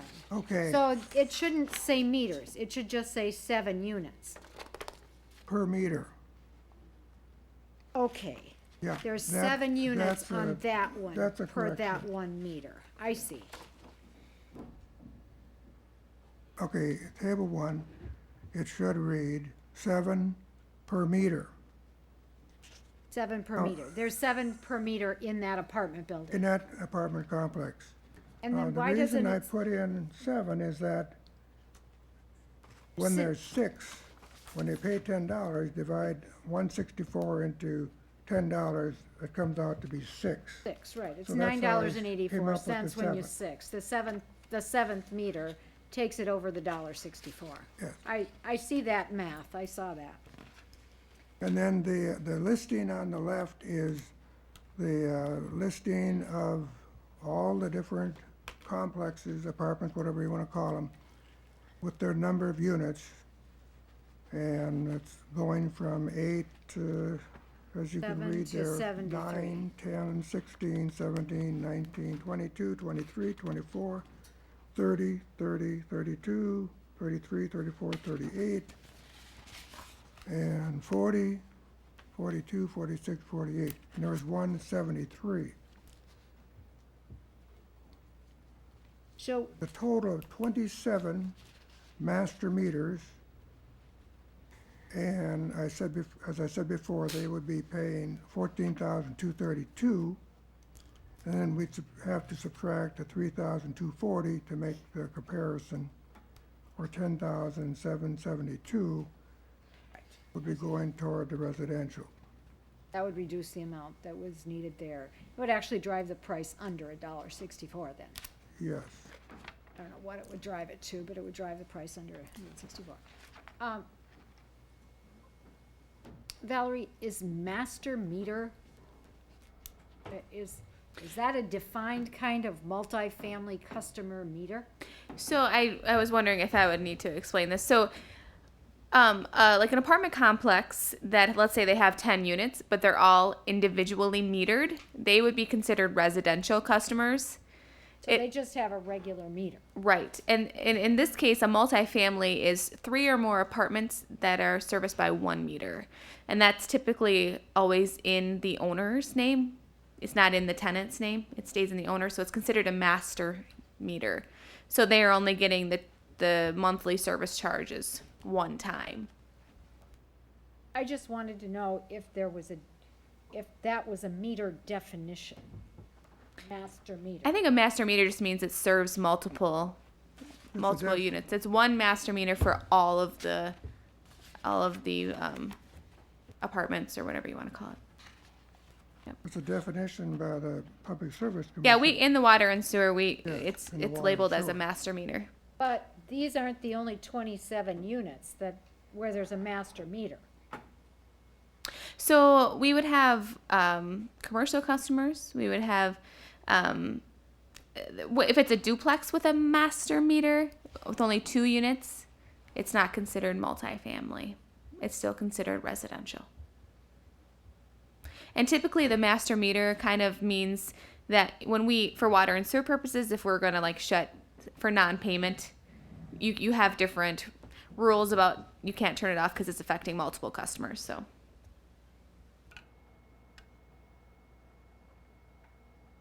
I am not doing anything, not suggesting anything about commercial as far as changing the schedule this year. Okay, so your table 2, you're not, on your handout, you had given a table 2. Table 2 is something suggested for next year. So this is, We have the same handout. My tables aren't labeled. Are your tables labeled, Barb? yeah, they say table 1 and table 2.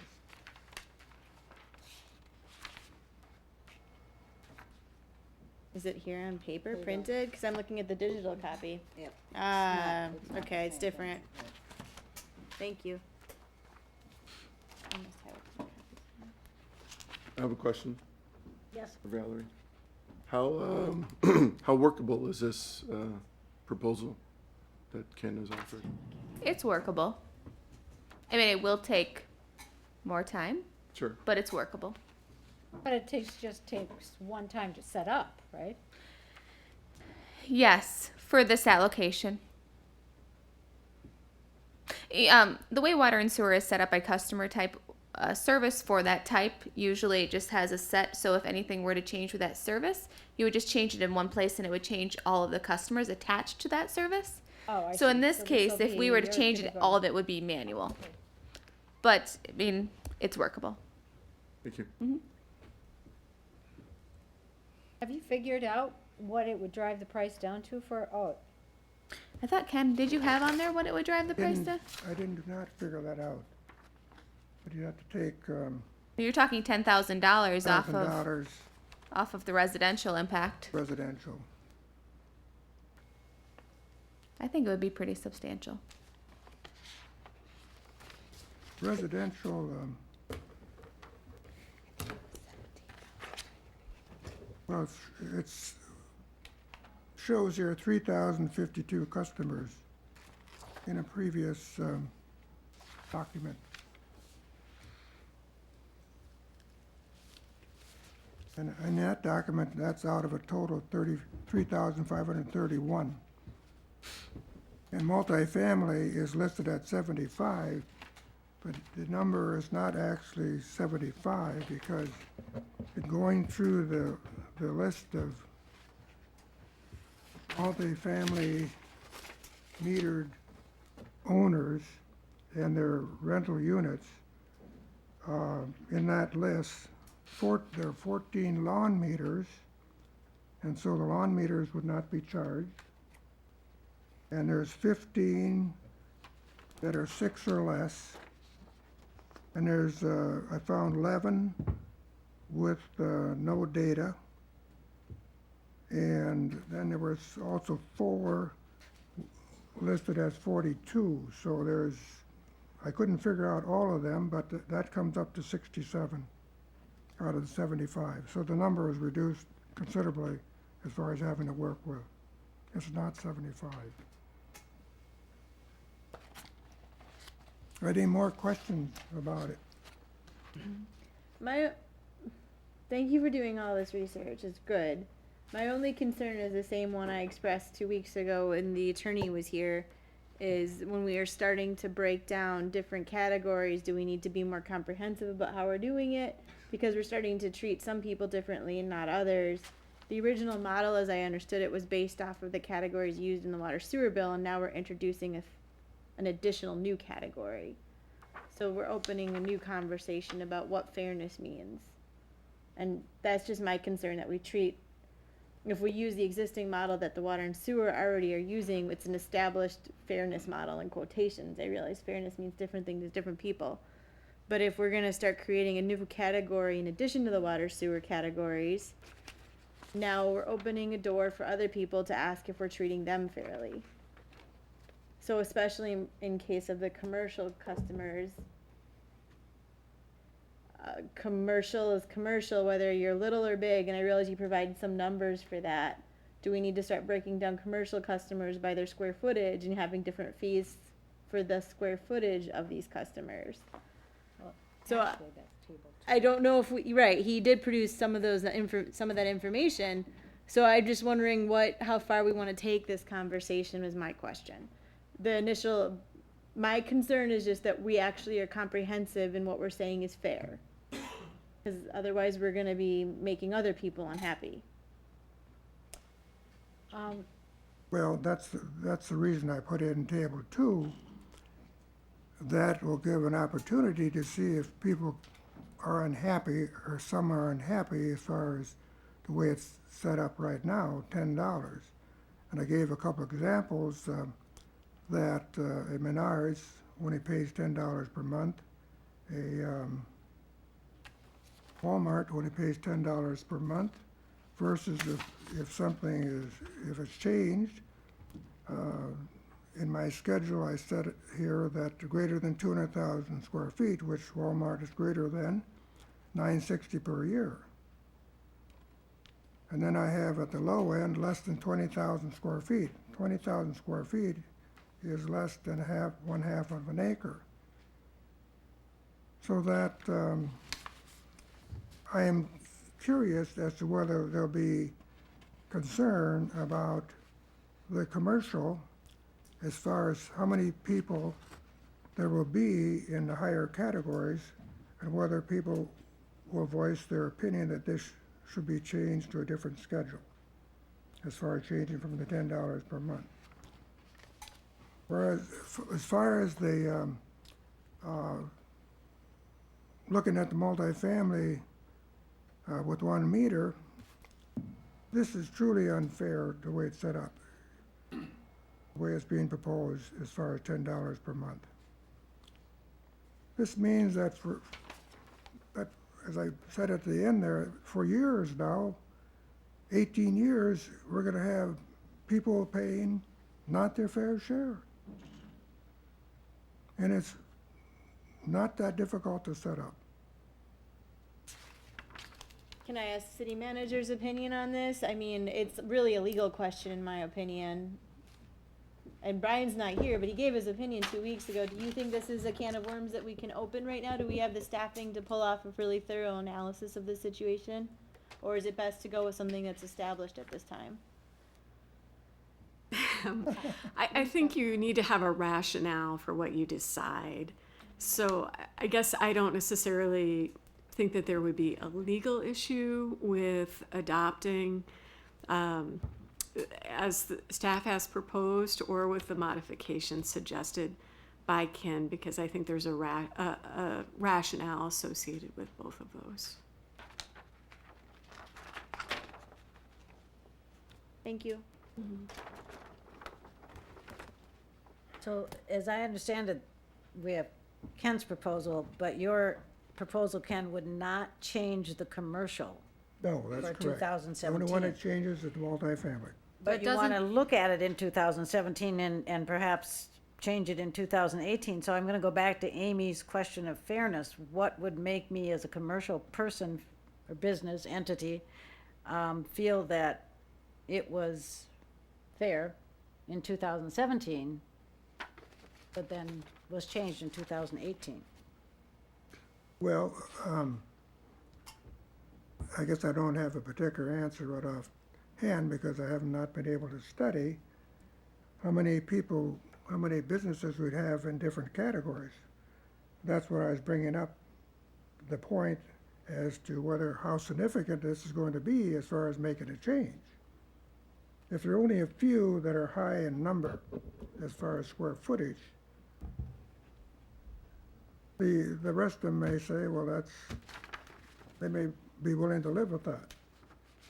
I could maybe offer a possible observation with respect to, I do think with the multifamily, you can make a pretty direct correlation that there will be people associated with those multifamily units that thereby would potentially cause the need for ambulance services. I think that distinction is a little less clear, quite frankly, on the commercial side in terms of the relationship with square feet. So I do think that is Right. requires further analysis. Just because they have the building size doesn't mean that it really warrants that they should be increased. So let me try and recap that I make sure that I understand this. You're saying that any residential house that's multifamily with a main meter Family meter. gets charged a different amount than above 7 units? I'm confused, 3 units. Any multifamily above 3 units? I put that at 7, and that could be debated because if you start figuring out each one's, say, 3, 4, 5, you know, somebody could say, well, you're charging me for, if they pay $10 a month, they could say you're charging me $10 and I only have 4 units, so you're charging me too much. Right. But I left those at 10. I thought they'd be the least likely to complain. So any multifamily with a main meter between 3 and 7 units would pay $10 a month, and everyone with more 3 and 6. 3 and 6 and 6 7 and more less, would pay, according to what they have. and 7 and more would pay $11 a month. Is That's what you're right. proposing? So then you're not going by unit. Oh, yeah, yeah. So $11, no. You're not going by the $1.64 per unit then. Well, yes, I did. I had to use something for, Yeah, how did you come up with your 11, 13, 15, 16, 26, 28, 31 per month charge? I think that's what I'm looking at. So did you take 38 times $1.64? I'm just wondering how you came up with your per month charge. here's, look at 10 per meter, it's $16. So that's $1.60. So you basically said $1.60. I rounded, it was less than 50, I rounded down. Okay. If I could interject, I think if this were to be implemented, I think you would basically end up taking the number of single-family units and then adding the number of buildings that are covered by master meters and the number of units within those buildings, and then that becomes your divisor that determines your per household or unit fee. Right. And then based on that, your single-family homes would have one rate, and then depending on the number of units covered under that master meter, they would have a different rate as determined. And then with like residence halls on campus, I mean, there's lots of different exceptions to this probably because how many units are in a residence hall? They're in a So they're different public category. authority. They would be they're a public different authority, so that's a category. total separate group. So you're just talking about the multifamily customer meter. Right, okay.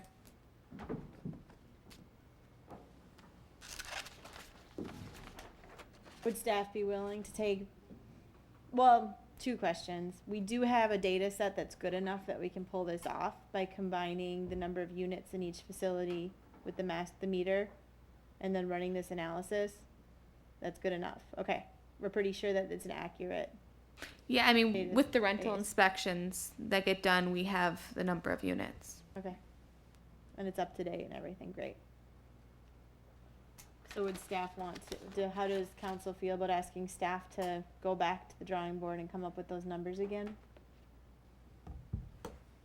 Well, I mean, the question is policy-wise. I mean, whether it's $1.32 or $1.64 or $1.93, I mean, it's really the policy we're talking about. I think we're adopting the So numbers the in policy, I think we're adopting a charge, a charge per meter, or taking what's left and dividing it by residents, right? Yeah, I mean, this would have to be, the policy would just have to be reworded before we would formally adopt it, was what I was thinking. Yeah. Yeah, so if you were going to do this, perhaps the motion would be to adopt the policy with the categories as outlined, with the exception of modifying multifamily served by master meters. Is that be right? And then incorporating that in when we're determining sort of a combination multifamily and residential rate, and then we would modify the policy accordingly.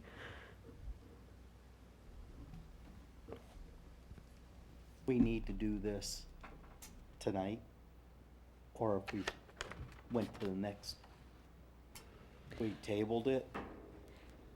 We can table it. However, if these will take effect January 1st, so there will be a little bit of turnaround time as far as contacting our financial software and getting everything set up. Okay. I'm sorry, I walked in in the middle of this, but this still seems a little confusing. Yeah, unless I'm totally confused. No, I think, no, absolutely. It's confusing in the sense that originally we were talking about just meters and charging by the meter, and now it's become by the unit, regardless of the type of meter. In multifamily. In multifamily, because Right, multifamily. some that are multifamily have their own meters, so they're being charged the full amount. Yes. And I'm trying to get the rest of them that have only one meter to pay according to the rental unit. I understand it, but I hate to be ambiguous when we put something down that we, kind of generalize it and then. So, Tom, are you suggesting that we table this motion and have staff bring back a modified proposal that shows commercial customers at $10 per month, industrial customers at $10 per month, public authority customers at $10 a month, and then multifamily customers with master meters? Yes. Yeah. You said it Just very well. Thank you. So that we actually have it in front of us instead of kind of this on-the-fly kind of Right. thing. Yeah, I just like to see I it. hear Counselor Killian's. I have one question before anybody makes a motion. Valerie, do we know if it's a master meter and it's a 10 unit, let's say, do we know that none of those tenants are actually being billed separately? You mean from the landlord? Or? They're not from us, and so we don't know any other data. Not because. If they're billed separately from us, it would be considered a residential. Okay, because I was looking at an influx of requests for change orders. If we had to have a lot of people who are living in a unit with a master meter, but somehow they were also asked to be responsible for a portion of their cost. And with master meters, we always require them to stay in the owner's name. One more question. I think Ken had mentioned duplexes, or is it, so if it's a duplex and they have a master meter, it's not considered a master meter then? It is considered a master meter, but it's considered the type is residential because it's only 2 units. So It has to be over 3 to be considered a multifamily So a category. duplex would just be charged the residential rate? Yes. And they'd split that? Okay. That's a little annoying. Can we change that or no? That's a PSC rule, Public Service Commission. They But since we'd be building based upon units, couldn't we just bill everybody based upon units? So it just depends and we're getting into kind of technical things about water and sewer, The but problem with I mean, that's what happens when we have, I think, a conversation like this, right? so when someone builds a new complex, they can decide how many meters they want. So there's some duplexes that have 2 meters and each is billed to the tenant. Some have 1 and that's billed to the owner. It just really depends. We can't force someone to have a separate meter for every unit. Yeah, but just know with respect to this fee, we are not confined to the PSC rules or categories. Yeah. So then it really becomes a question of how do we define it and or do we have the appropriate data to ensure accuracy? Yes. And so that's why that there's the link back to the PSC. That makes sense. Yeah, I'm just thinking if we're gonna do this, can we just do it to units instead of being held to this meter conversation necessarily? Because I started thinking if I have 3 units and I'm looking at the duplex next door and they're getting billed half of what I'm getting billed, now we're having I don't know if that would become an issue or not, but we're opening new cans of worms, and I'm just trying to think through what kind of implications it has. And maybe that's not a significant one. I don't know how people would react. Well, I'm kind of looking at the end of table 1 of what Ken made. The bigger ones, where it's 48 and 73 units per meter. And that's the real significant change of just being $10 a month to what it should be, $120 a month, right? Right. So you can. But they have the units. Whether they, if they have 48, 50 units, then they should be paying for the units. And it's going to one landlord or one owner. Yes, the way it's set up now, proposed, it's just gonna be $10 a month. Yes. That's where I think it becomes much more fair when it's a lot more involved. It becomes more fair to the rest of the residential. Sure. I move to table and have information brought to the next meeting relative to the discussion, leaving commercial, industrial, and public authority as they are. I'll second that. And I just want to make the quick comment that we're going to have to do some investigation on our end with respect to the actual implementation of this, because it's going to be right around the holidays. So it is possible that we'd have to call a special meeting to just cover this topic so that we could get started on the implementation sooner, but we'll look into that. All right, we have a motion and a second, and we'll vote.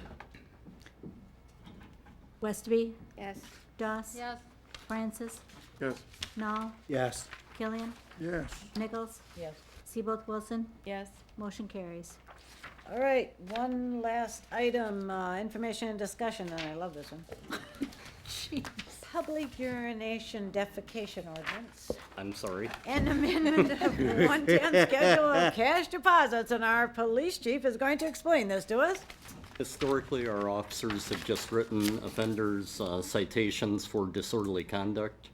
And recently, and actually going back a little while, the judges had kind of let us know that that didn't actually capture the spirit of the offense. And they would prefer that we have a specific ordinance prohibiting these activities. So that's why moving forward with this. And then when discussing it with the city attorney, I also felt that it would be an appropriate time to adjust the bond amount for open intoxicants in public places to more accurately reflect the severity of that offense. Questions, anyone? Yes, I was wondering about the offenses, urination and pooping in public. There you go. I went to 4103, and 4103-1 is curfew. Is that correct? Is curfew? Curfew. Right, and what we're dealing with is these offenses and then the fact that we previously used to write for disorderly conduct. So when I look at the cost for a curfew, it's $50, And then what you're proposed here is $30 for urination, et cetera, in public. And then looking at the next part, it's 100, that's the same, 150 is the same. And you have to figure in that there are court costs added in. Curfew is typically written to juveniles so that you don't add in the court costs. These have added in expenses for the district court and for the state, so that with a public urination or defecation citation, what you actually have is a $30 for a first offense, which becomes $175.30. Second offense within a year, $100. It's actually $263.50. And third offense within a year, $150, and that becomes $326.50. So the curfew doesn't have those expenses? It doesn't have to Okay, have those that's the added. difference.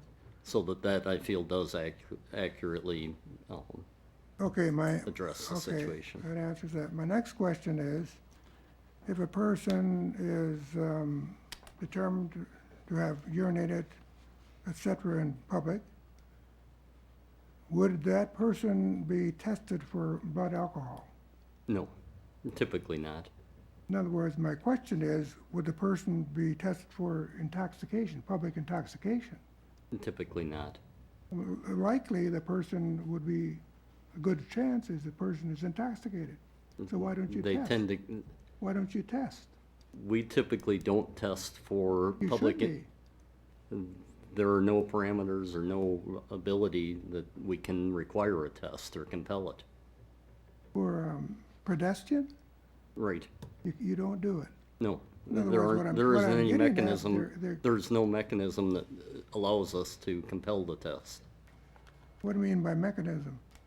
I could not make you submit to a evidentiary sample of your breath, blood, or urine.